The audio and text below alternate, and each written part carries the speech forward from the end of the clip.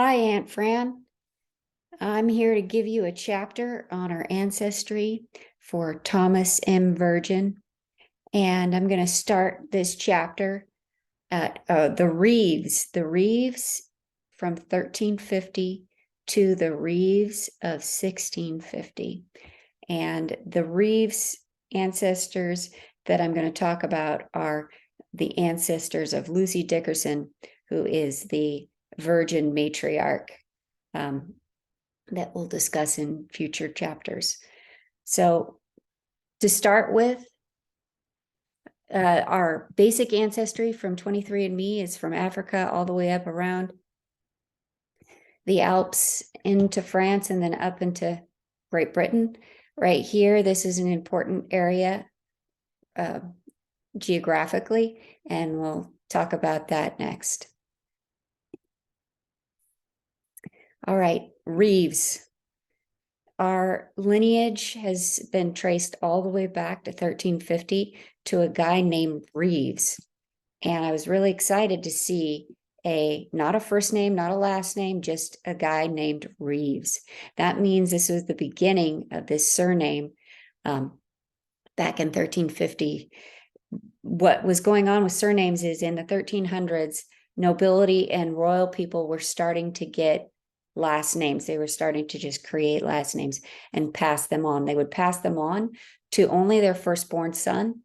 And then by the end of the the 1400s, they were passing on their surnames to all their children, but it started off as just passing on their surname to just their firstborn because they needed to pass off land primarily and assets. So to do that, they needed the surname. The Reves, the meaning of the Reves word is in French, it means the river. In Latin, it means the river bank. And in English, it can mean the king's council. And so usually when you were given the name Reves, it was because of one of those three things that were associated with you. You were either from a river area, river bank, or possibly a king's councilman. You can see examples of this going back all the way to the 1100s, where there would be a person that was designated as an actual official title, the Reeve of something, or the King's Reeve. This specifically means it's a title of nobility where you're like the right-hand councilman of the king or some person of royal importance. And so this guy Reves, our ancestor, for Lindsay, it's the 20th great-grandfather. So for you, that would be the 18th great-grandfather. And all of these people that I'm talking about will be great-grandfathers. They'll be direct line descendants. And this guy, where was he from? Well, just so happens we hit the lottery because he comes from that corner, that south of France corner. It's called the Languedoc region, or Languedoc. I think I'm pronouncing that wrong. But this region right here is in that inlet on the Mediterranean, the south of France. You can see Cannes is over here, Nice is right there. So this is just an absolutely gorgeous area. If you want to do some ancestral traveling, this is one of the best places you could go visit. So the area that we're talking about here is the area from Avignon over to Carcassonne. And this in the 1350s was a very important area because you had the second pope over here in Avignon competing with the Rome Pope for power. So you had this power struggle happening here.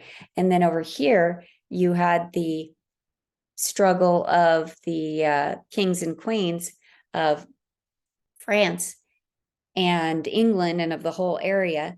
And this area is the Carcassonne castle, is a medieval castle that was built long before the 1350s. But in the 1350s, when you had the start of the 100-Year War, between France and England, this area below the castle was completely annihilated, totally destroyed in some wars that were part of that 100-year war thing. And so it was completely leveled and rebuilt in the 1350s. Another interesting thing about the 1350s was the Black Plague was happening right at that time. That 3 years right when our guy was born in 1350 was right during the Black Plague, where half of all France's people died, and a quarter to a third of all of British people died during that time. So it was a really tumultuous time. In fact, there is a website, Wikipedia site, Crisis at the Late Middle Ages, that talks about everything that was going on in this particular region, or in Europe in general, during that time. So our guy was born in tumultuous times, and he was the first guy in our line that got the name Reves, and he passed it on as a surname to his son, Robert Reves. And then Robert Reves, he passed it on to his son, who now gets a new title, Lord John Reves. Okay, where did the title Lord come from? The other notable thing is you can see that he was born in France and he died up here in England. So what was going on here?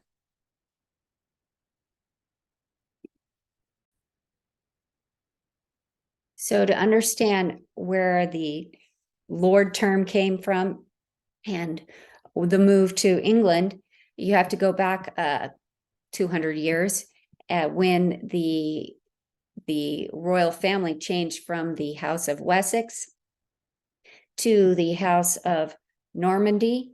And what happened there was you had Henry I, who claimed his right over England, and you had this guy, William I, the Conqueror, who also claimed it.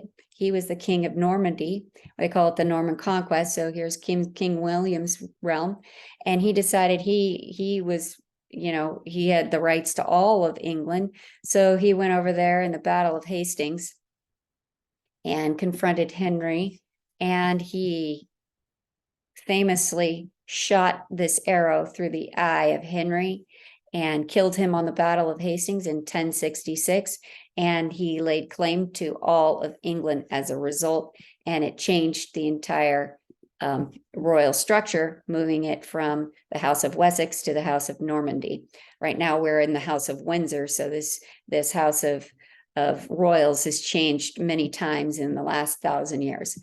So anyways, the Norman Conquest. When William took over all of England, he went in there and he claimed all of the land as his own. He said, I'm going to own all this land. And he sent his people out to inventory all the houses, all the sheep, all the goats, all the cows, all the houses, everything, all the assets of the entire country. He marked a large part of it for himself to keep personally, but then the rest of it he gave out to about 180 royal and noble people of French descent. So he picks out a bunch of French guys and he starts giving them land. So most likely the move that our people took was a result of that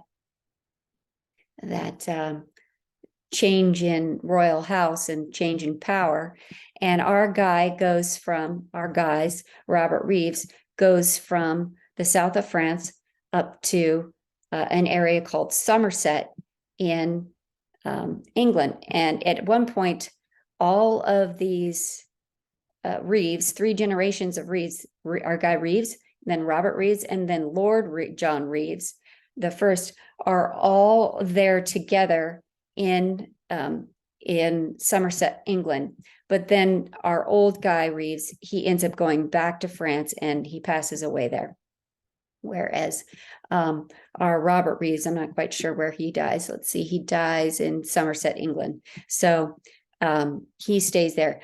This guy, Robert Reves, was born in Normandy. So he moved up, his father took him up to the Normandy, probably this area where King William's powerhouse was in Normandy, France. And then he was born there. And then they moved over to Somerset. So this type of moving around from across the country and all the way up, moving countries, was really only for nobles and royals. I mean, you couldn't move around, like normal people, average people could not, even move across the next hill. It's too expensive, too time consuming, too costly. So really this kind of ability to move around, it was really for the nobles. And what made this possible, where they were living in this area south of France, is geographically this area is between this mountain range here, which is like a wall for the Pyrenees Mountains, and then you've got over here the Alps Mountains, which is like a wall. But in between, you have the river Rhone, and the river cuts right up to Lyon. And then, of course, there's a whole another river network that you can follow that will get you to Normandy. And then it's just a boat ride across to get to England. So because of this strategic location where they were at, they were able to have this kind of mobility where they could move across an entire country and then cross an ocean to get to England. Okay, so we've got our guy, Robert Reves. He passes this lordship. This lord means you're a property owner. So now some royal in this line of William the Conqueror has given these Reves family property. So now they get the lord title associated with it. You don't get a lord title unless you are given or owning property. And it only passes to the firstborn son. That's why you only see in the lineage, you don't see any like siblings, because the siblings were just out of luck. They were just, they had to just go and make a new life, sometimes get a new surname. And so it was really luck of the draw that we got in this firstborn son line. So here we have another Lord Robert Reves born. Okay, now something interesting happens. With this generation, you see a Sir Lord Reves, and then you see his brother, Lord Robert of France. Now, we got the second born son, so he got the second title that was invented out of necessity, because some of these estates were so large they could be shared amongst two brothers. And so the second born brother would get the lesser title, and maybe not own land or much of land of anything, but they would get the Sir title. And their older brother, their firstborn, would get Lord title, and he would get majority of all of the lands. And the lordship title would then carry on down that line. But we got the Sir Roger Reves instead of the Lord Robert of France. So we follow him, and we get to now we start seeing some movement. He goes from Somerset over to a different area of France. So possibly they left their lands that their ancestors had owned there for a few generations. And because he was the second born, he had to move to a different area.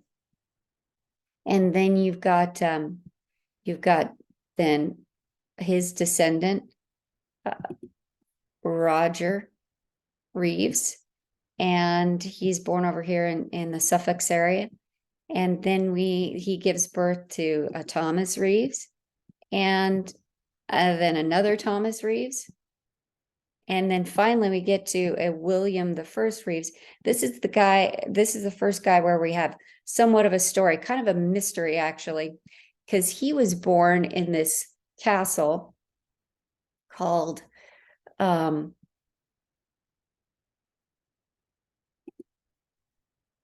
the Berkhamsted Castle. But when he was born in this castle, it was completely dilapidated. There was nothing really there except for a few little buildings on the inside of the wall. Everything else had just fallen down.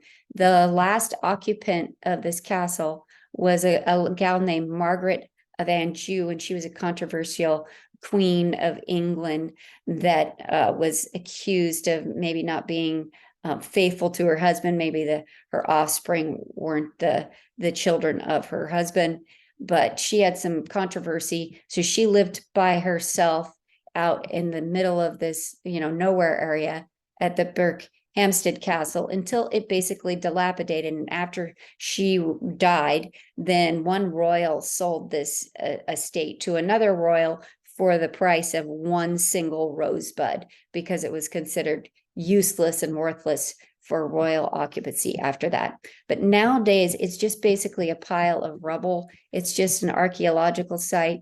There's a couple of buildings there. There's really nothing there. And our guy was born there for some reason, right before it was mostly taken down. All the stones and the beams were taken down to build churches and schools in the area. So that's the first mystery of our guy, William. The second mystery is, why is he the only one so far that we have a portrait of?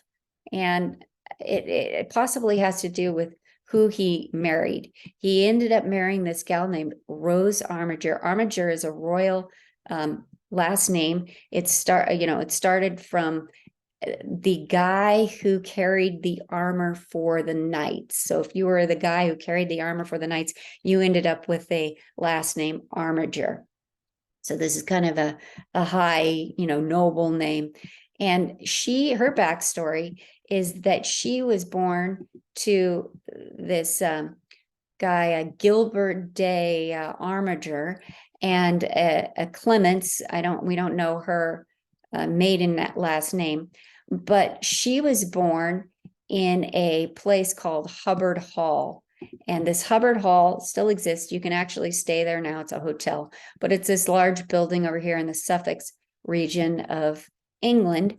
And so she had some type of money.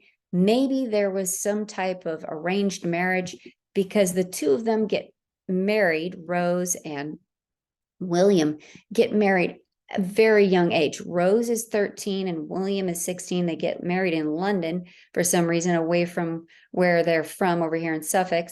And they get married very young, which is very, very rare. I'd say 95% of the time, the women are getting married at age 20, not 21, not 19, not any other age. They get married at age 20 and they immediately start having kids. That's what I've seen with these all these old ancestors. And so for some reason, they had some type of arrangement possibly where they got married really young. Maybe the parents wanted to combine their estates or something. Okay, so then at age 20, she has children. She has William and Robert. She has two children, but then promptly dies when they're very young. They're little kids, like less than 4 years old. She dies. And William then moves from the Hubbard house out to really the middle of nowhere. I mean, it just there's nothing around it. It's really rural. And there is a couple of hints on, why and where he went there, but nothing for sure. There's a little clipping of a paper and a picture of a house. And in this text, it says how William was assigned as the postmaster to this really out in the middle nowhere place. There's not even any pictures on Google Maps because it's just so far out in the middle of nowhere.